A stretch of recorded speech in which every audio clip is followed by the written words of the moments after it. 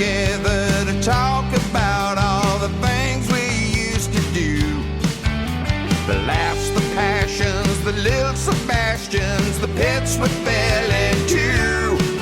And we're putting it all in a podcast, then we'll send it up into the sky.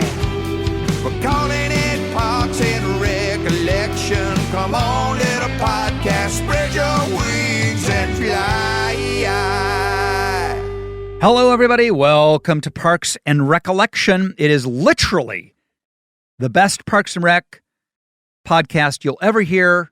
Top 100 for sure, no doubt. I mean, look, man, let's not be braggarts about it.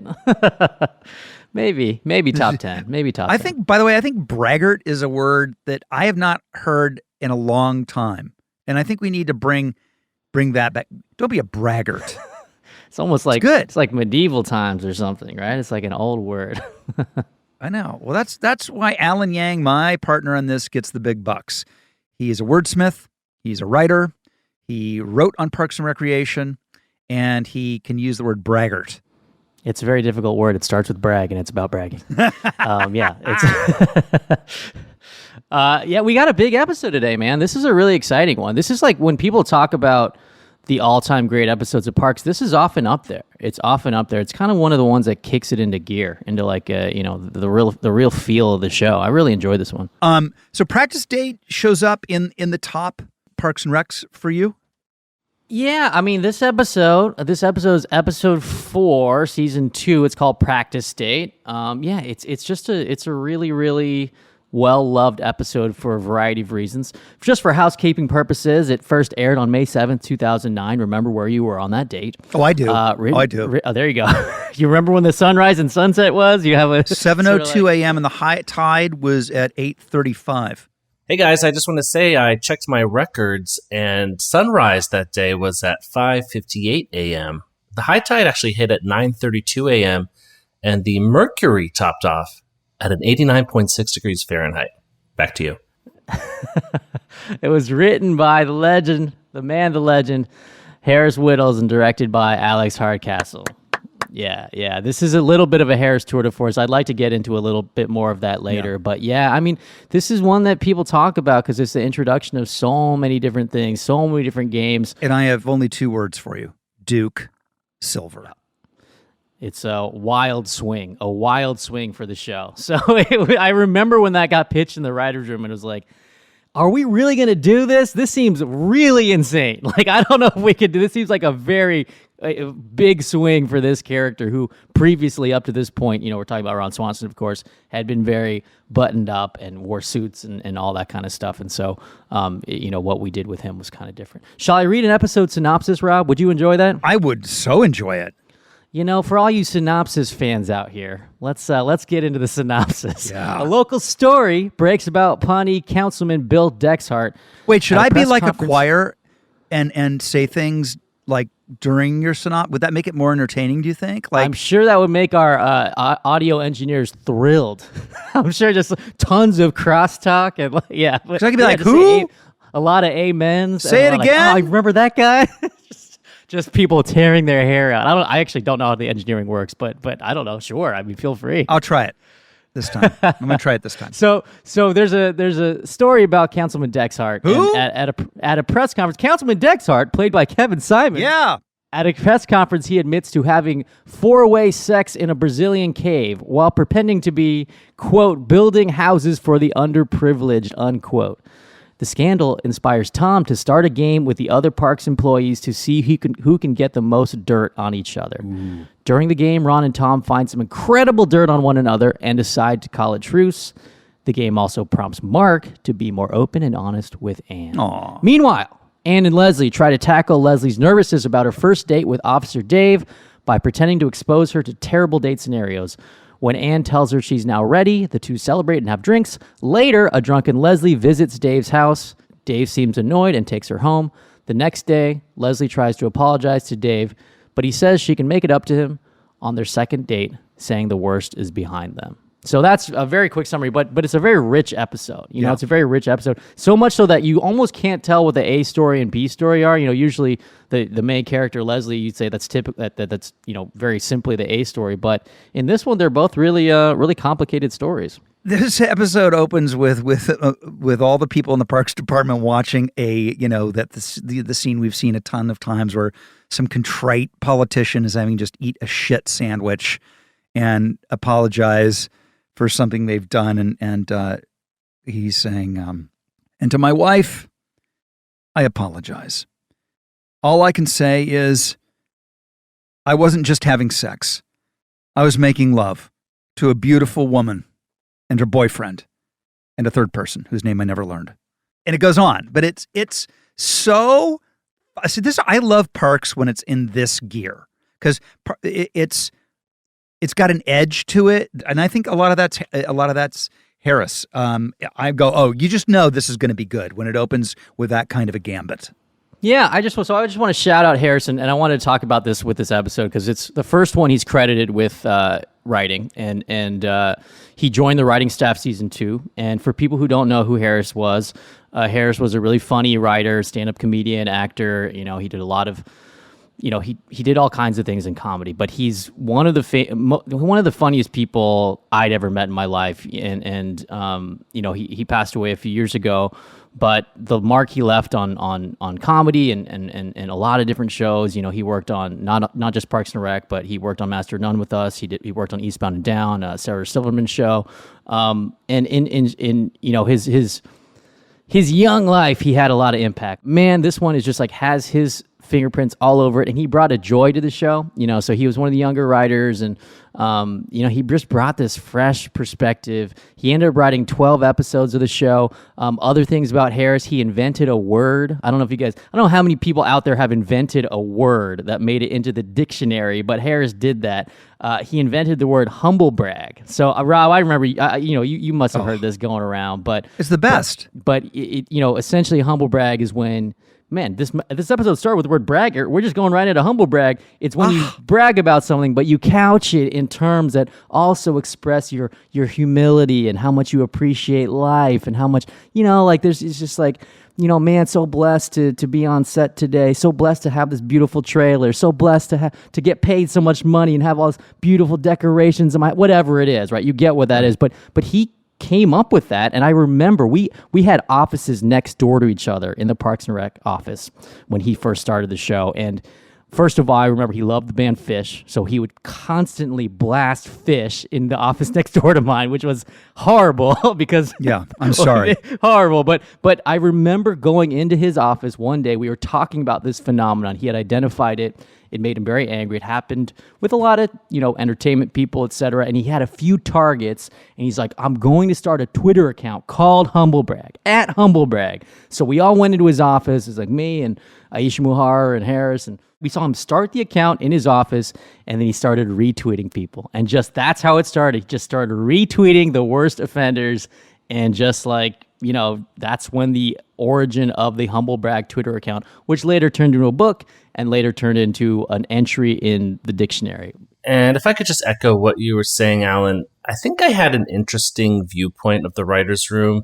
You know, the first few seasons, I was the writer's assistant sitting in the corner watching everything happen. I had a bit of a David Attenborough position, watching, you know, everybody do their thing. And it was amazing. We've talked about this. The Parks and Rec writing staff, maybe this is a humble brag, was incredible. I can't think of a single weak link. And yet you still see those apex writers in the pack. And that was Harris. It was incredible to watch him work. You would see his brain kind of do its Harris thing, and then all of a sudden he would make a pitch that maybe at first you thought, is that something? And then that was the pitch. That was the episode. And I still remember him storming out of his room, his office, one day saying, I think I created a word or something like that. It was just an amazing thing to watch this guy work. I loved hearing you talk about him, Alan, and I'm curious. You also worked with him on Master of None and, you know, for years in Parks. What else? What are some of your great Harris moments? So Harris had a thing called Foam Corner or Phone Corner, one thing on Parks or on Master of None. if we ever needed what's called chuffa in a show, which is like, it's a funny term. It's so two characters are walking into a room and you need 2 or 3 lines before they sit down. Like you need those lines because they can't just walk in silent. To make it feel real, they're just saying. So we call that chuffa, CHUFFA or CHUFFAH. I don't know, whatever.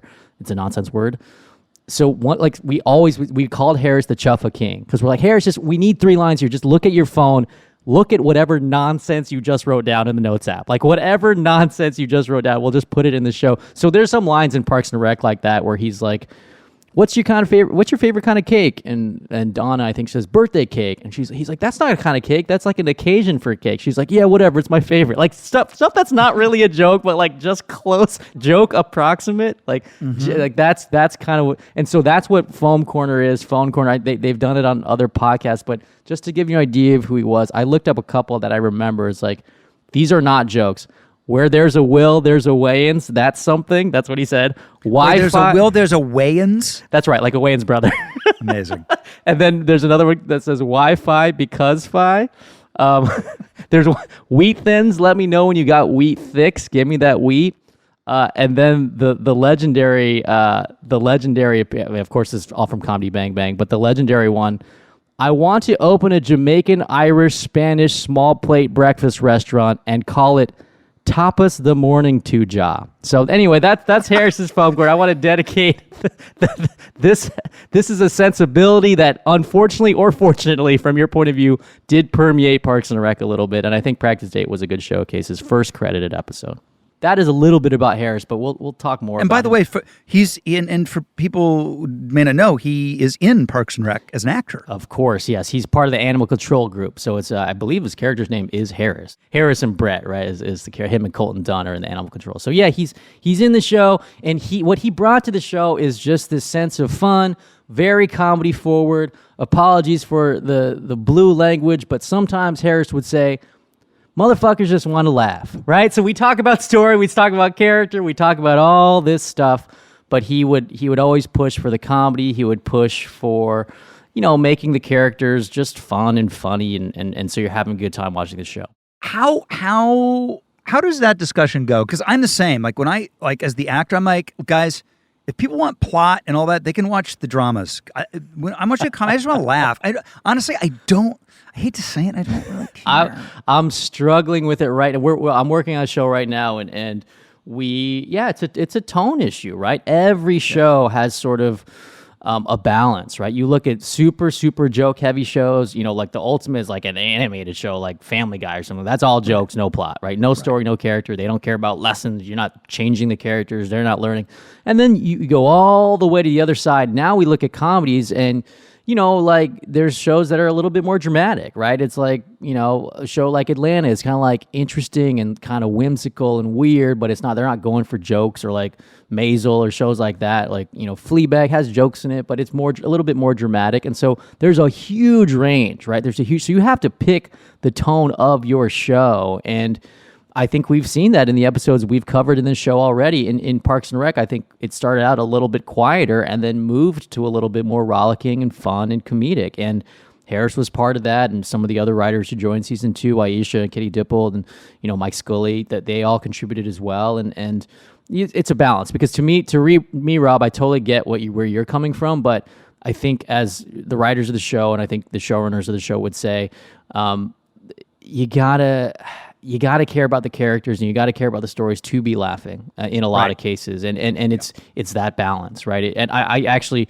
there's a weird thing. I worked on South Park briefly, and Trey Parker and Matt Stone ran that show, of course, and Trey Parker, he only wanted story pitches and like character pitches, and he's like, if you don't care about the characters, no one's laughing. And he just like this very earnest piece of advice from Trey Parker, which you wouldn't expect, because like the guy literally like writes jokes all the time, right? But he's like, don't worry, like I'll write jokes and stuff, but what is the reality of the world we're living in? And when it's consistent, then you're really onto something, I think. Yeah, and I think this episode has the perfect amount of that. When you have these hitters, let them swing away, and I'm sure a lot of that montage stuff of Amy's in this episode is written, and I'm sure some of it is just Amy just doing her thing. Yeah, and again, she gets to go bigger in this one, which is really fun. And Man, you also get to learn about Jerry and Donna a little bit more. You know, Jerry has the sad sack routines going in this one.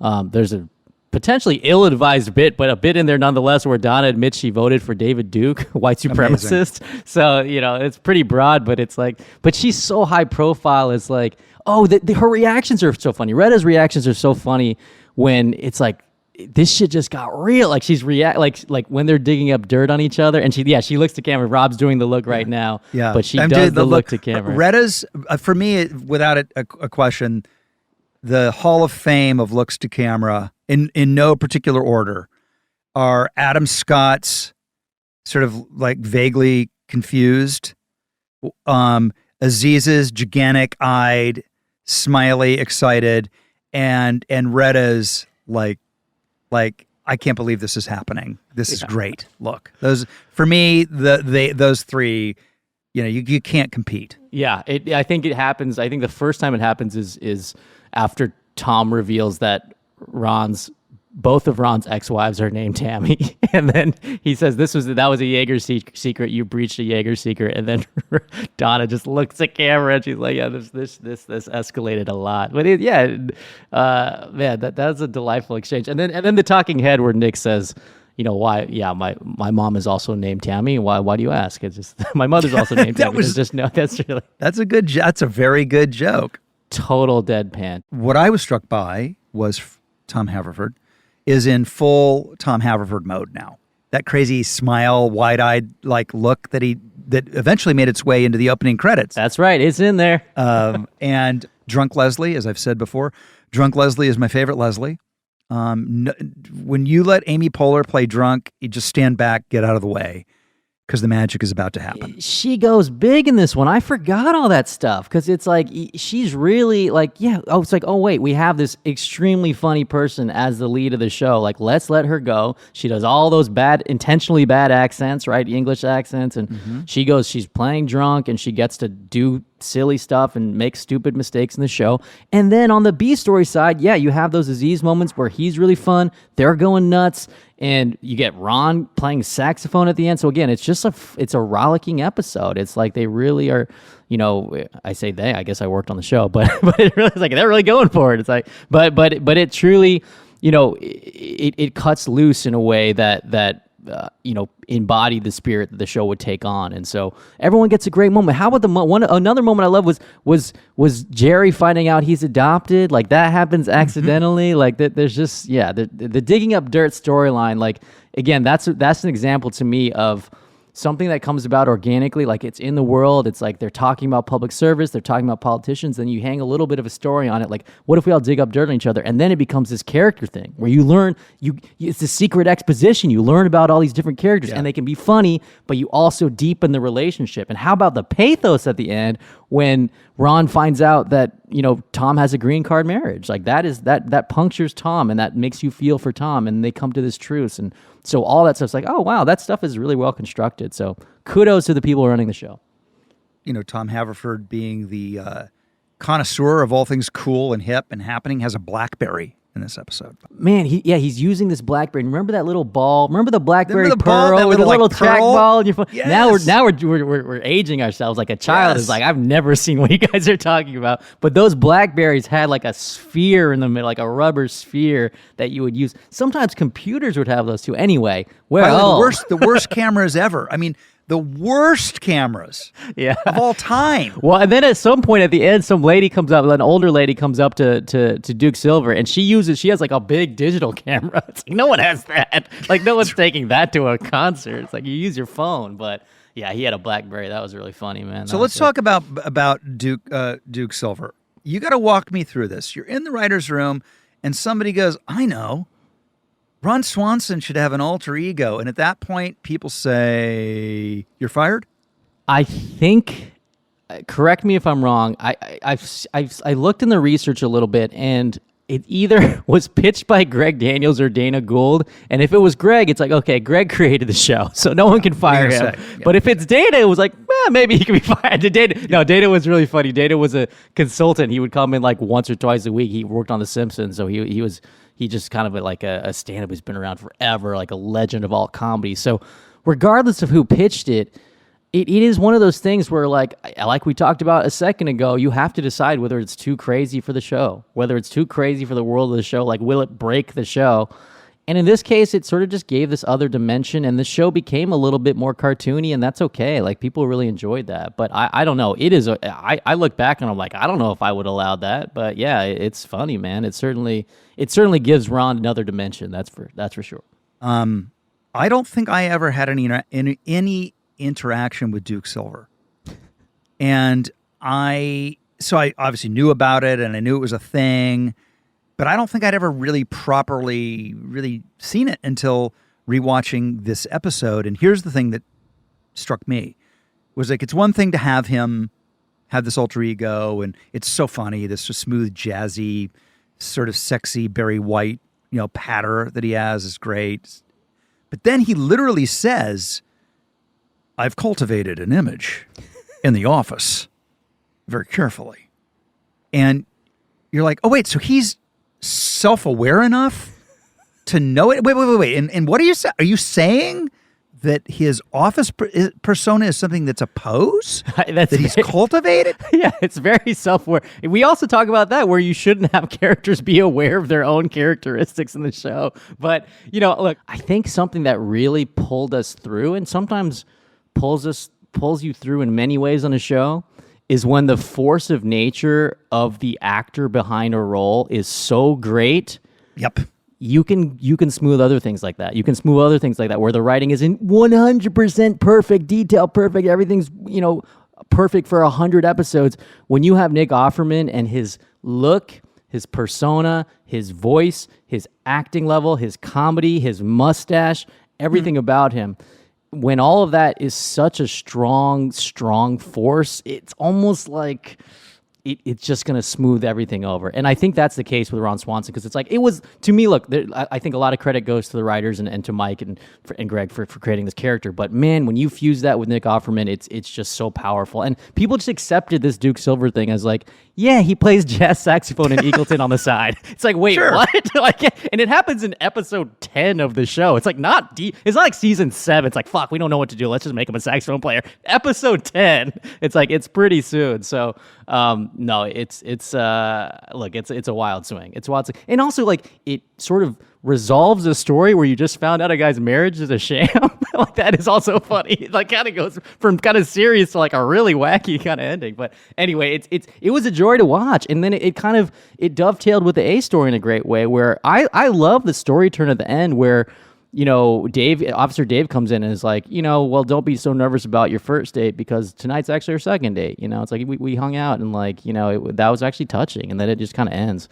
But yeah, that stuff all worked for me. I thought that was lovely.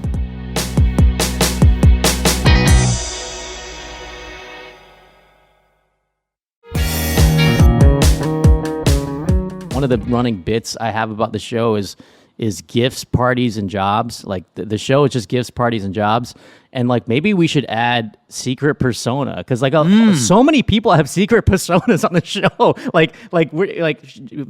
There's Burt Macklin and Duke Silver, obviously, but there's Janet Snakehole for Aubrey. And then, by the way, Ben Wyatt, who joins the show later with you, he has like 10 secret things that he does. He like does claymation. He wants to start a calzone restaurant. I mean, like, everyone has so many interests. It's like, man, they just have so many interests on this show. Greg, you must know how all of this was put in. What secret sauce do you have to share with our listening peeps? If I remember correctly, I believe Greg Daniels pitched Duke Silver, but it was one of those moments in the writer's room when everyone was just pitching on what his album should be called, that Dana Gould shouted from across the room, "Hi-ho, Duke," and it immediately was typed into the script. It's a legendary joke because his name is Duke Silver. When we obviously go Hi-ho Silver, but Hi-ho Duke is really funny, man. I just remember that. Hi-ho Duke.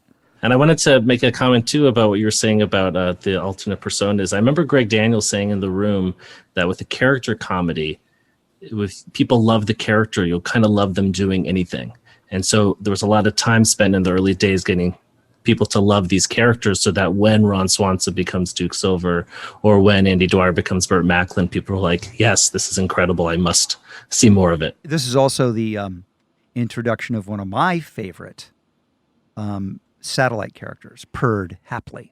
Just one of the characters that was the most fun to write for, because he has a very small joke in this one where he's like, and now in a story that just won't stop unfolding, or something similar to that. And then we took that. This is an example of what happens on a comedy, right? You take one line a character has, and then in the future episodes, you're like, well, all we have is that one line. Let's just turn whatever he did in that one line into some crazy like personality for his entire character. And so later we just had him talk in circles about every line he ever had was incredibly circuitous and just never got to the point. But yeah, it was casting. Jay Jackson, I guess, was a newscaster, so it was like he just felt like a newscaster. And one of our favorite moments, I think, in casting the show, sometimes we'd watch the tapes from our casting director and watch him in the room, and so he read this audition for Perd Hapley, and because he was a newscaster, he did it the way a newscaster would. So we gave him the line, and he began his line like holding a microphone, and he said, 3, 2, 1. Now, in a story that is not, that will never stop developing. 3, 2, 1. The story will not stop developing. He would count down 3, 2, 1 before reading the line, which no one else did because they were all actors pretending to be newscasters. Jay Jackson was a newscaster. I love that because that's, there are a lot of people who, I'm sure a lot of actors out there listening to this, and it just goes to show you that, like, if you can figure out something special to do in an audition, man, that's the sky's the limit. It's a good tip, and make sure make sure that swing connects. And you also like see him in big budget movies. So sometimes he's in like Fast and Furious, and he's just a newscaster. I like to pretend he's Perd Hapley. Like it's just like he's in that universe too. They're all in the same universe. But I think in later seasons, he would always. He's playing Perd Hapley. He's playing a newscaster, and part of the joke was that he had this incredible voice, this incredible presence, this incredible cadence that was unmistakable.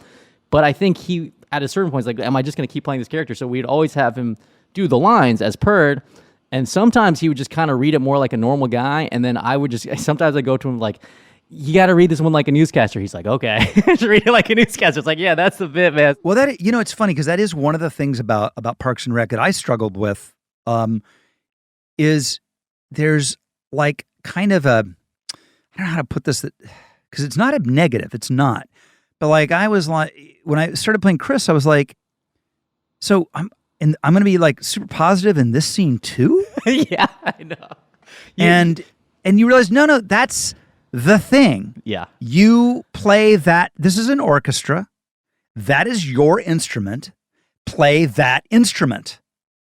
And it really makes it work. And it's like the more you try to overcomplicate it, the more you try to, it's an interesting discipline to be able to be okay with playing a note that is very similar over and over and over again. That's a great way of putting it. And look, ideally, if you're hopefully writing the show correctly and shaping it correctly, you get to play different scales and different keys with that instrument, right? You can play a lot of interesting stuff with one instrument, Rob? Yes. Like I think that's a great metaphor because you can have great solo flute, you can have great solo violin, but and we never wanted to box actors in and be like, no, you're doing every line the same way. Look, Perd Hapley's different from Chris or different from like Ron Swanson or whoever. So But look, the more a character has to do, the more range they can show. And yeah, we eventually did show Chris get sad. We showed Chris fall in love. We showed Chris's heart get broken and all that stuff. So,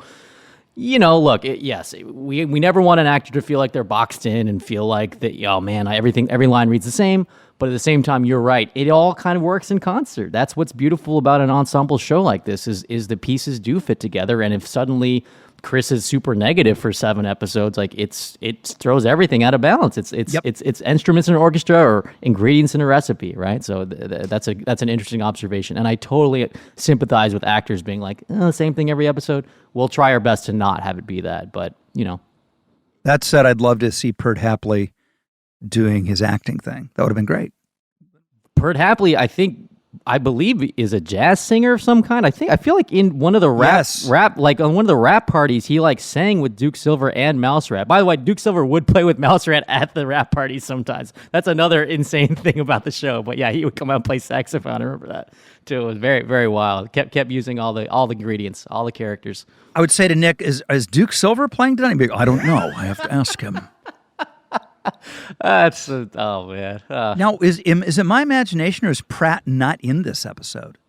Oh wow, I think you're right. And this is actually also interesting. Like, this weirdly has to do with contract stuff. Yes. This is gets into weird behind the scenes business stuff. But I do remember at some point it was like, look, some of these actors are 7 out of 13 or 10 out of 13, and not 13 out of 13, and that means episodes, right? So you don't have to pay them for all those episodes, and in fact, you are not budgeted to pay them. So if you have them, then you have to pay them extra, and it's not out of the budget. So I remember there was something really funny I think either season 1 or season 2, but it was saying who was 7 of 13 and 10 out of 13, and there was just these moments of I feel like a PA would come in, production assistant bring in like a card that said all the actors and how many episodes they were booked for.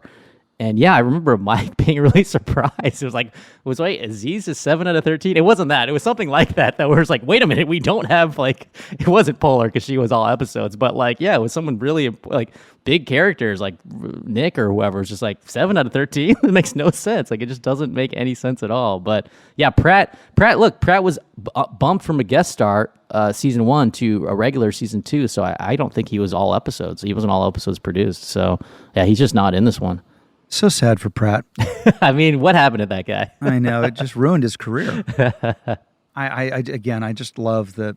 By the way, it's so funny that Anne, as a nurse, has a lot of time on her hands to be at the Parks and Rec department. That always made us laugh. Like, why is Anne there? Is she really a nurse? Does she have like a secret identity? Is she not a nurse? Is she lying? Like, that was fun. That was fun too. We used to pitch on what her real job was.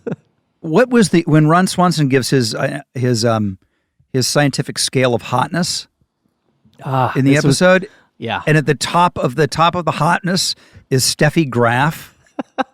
That was really funny, man. I forget who pitched that. I think it might have been Dan Gore, but this was also, by the way, before we made it entered it into canon that he loved pretty brunette women and breakfast food, basically. Like, he loved brunette women, but Steffi Graf made it to the top. So I think like there's some sort of element of disconnect there, but we let it slide because I think he loves like the WNBA. He loves like strong women. He like does not want a shrinking violet, and like Steffi Graf, like a perfect joke at the end of that. That was really funny. Like, it took me by surprise. I forgot about it. Were there any other pitches you remember for?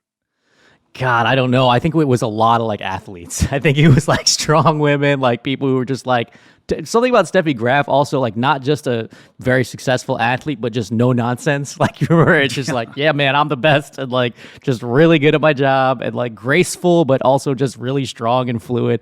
But yeah, that just I feel like when that got pitched, it's like it's going in. Just like put it in the script. Do you know that in the room when everybody's pitching and one is clearly the one? It's a relief. It's like, yeah, let's move on. So I think we talked about this briefly, but the way it's set up kind of is there's a anyway, in the Parks and Rec writers room, there was a main computer with a keyboard that would be at the sort of head of the table, and there was a long like banquet style table, and then the other writers would sit around this table, and there were other monitors that showed the screen but did not have keyboards. So basically, the person running the room, you know, at the time was typically Mike. Sometimes it was Dan, and then later seasons it was some other people as well. But yeah, we would go through the script. You know, we're in final draft, looking at the script, and okay, we're on this joke. Everyone goes around, and we just pitch on the joke, and you know, yeah, some jokes would take hours. Some jokes would take 2 minutes. Some jokes would take literally hours, and it was like, oh, this is really difficult. But yeah, and we started, so like, you know, that kind of system they used on The Office, and I think it's pretty common with shows, and you know, we would do variations of it, right? Like on Master of None, we would sometimes, if we were working out of someone's house, we would just put up on Apple TV, we put up the screen on the Apple TV, and everyone could just sit there on the couch and pitch. And so it's like, oh, it's a smaller room, like you can just hang out. It's a little less formal. But yeah, for a show like that, at a certain point, I think season 2 we got above 10 writers. Then it's like, okay, we're using this kind of banquet table setup. And so when Greg Daniels pitches, he's got air superiority. I mean. Yeah, I mean, right? but I feel like but here's the thing about this room in particular, and I thought was a great thing. Those guys don't have egos like that. They just don't have egos like that. They're really not just diplomatic, because that expresses a sort of meaning where they're just listening, but like they were genuinely curious what other people had to say. They were interested in other people's opinions, and they valued them. And so, look, ultimately they're going to make the decisions. But it wasn't like, hey, that's my pitch, it's going in. It's like, well, is this the best pitch? Like, is this the funniest? Is this hitting with the most people? Because you might think, even if you're the showrunner, you might think like, oh, that joke is my favorite. But if you got 10 writers and they seem to really vastly prefer a different joke, you might pick that other joke because you're weighing your own opinion against theirs. So that's where it kind of comes into play. Like, oh, I might not get this one, but hey, this one seems to hit amongst younger people or whatever demographic, and that works in that sense. So yeah, Greg would never force stuff in. I mean, he loved to just hang out and by this point, I think season 2, I think it was largely Mike at the keyboard anyway. So I think Greg was just like Greg would come over and have fun on Parks. He would just have fun because it's like, I think he was more stressed out about The Office. I think like at a certain point he was running The Office when it was ending. He's like, oh my God, I got to end The Office. Like, how much pressure is that? And meanwhile, he'd come over to Parks and like, it's a bunch of young kids having fun, and Mike was helping run the room and really, running stuff. So that was really easy for him. Amazing.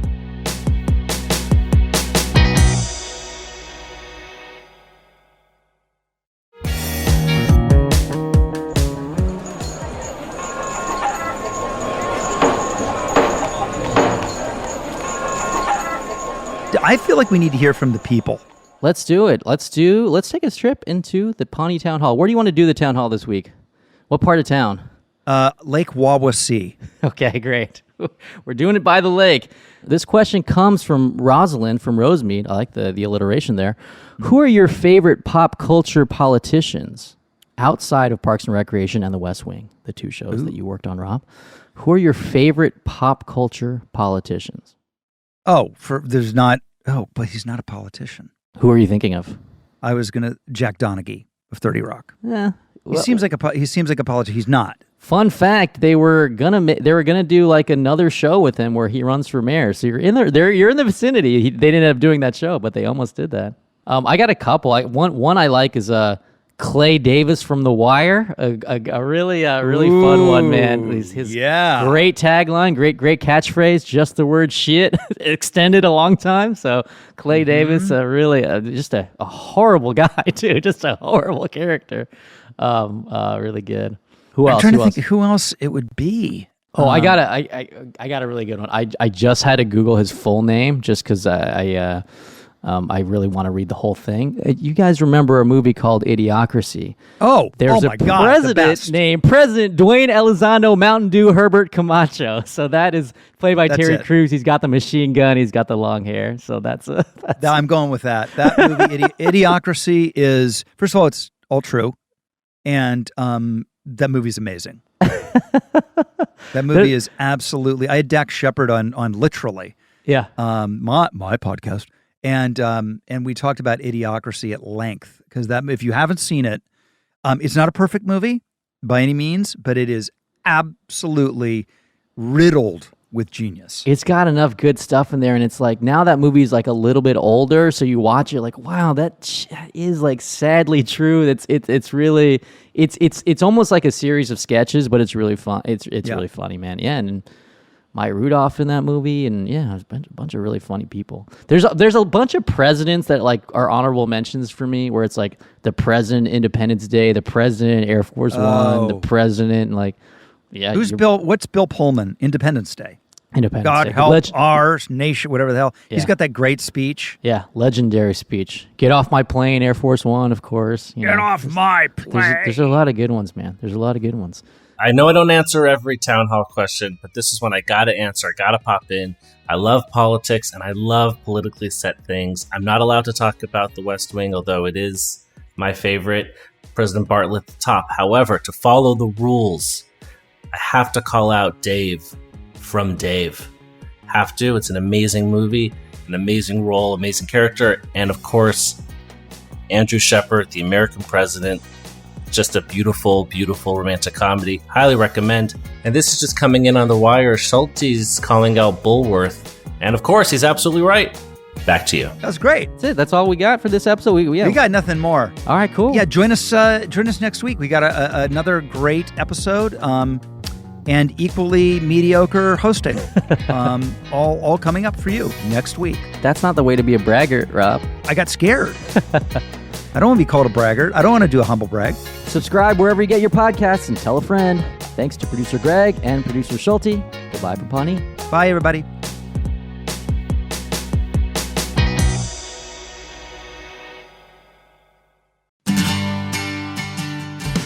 This episode of Parks and Recollection is produced by Greg Levine and me, Rob Schulte. Our coordinating producer is Lisa Berm. The podcast is executive produced by Alan Yang for Alan Yang Productions, Rob Lowe for Low Profile, Jeff Ross, Adam Sachs, and Joanna Solitaroff at Team Coco, and Colin Anderson at Stitcher. Gina Batista, Paula Davis, and Britt Kahn are our talent bookers. The theme song is by Mouse Rat, aka Mark Rivers, with additional tracks composed by John Danik. Thanks for listening, and we'll see you next time on Parks and Recollection. This has been a Team Coco production in association with Stitcher.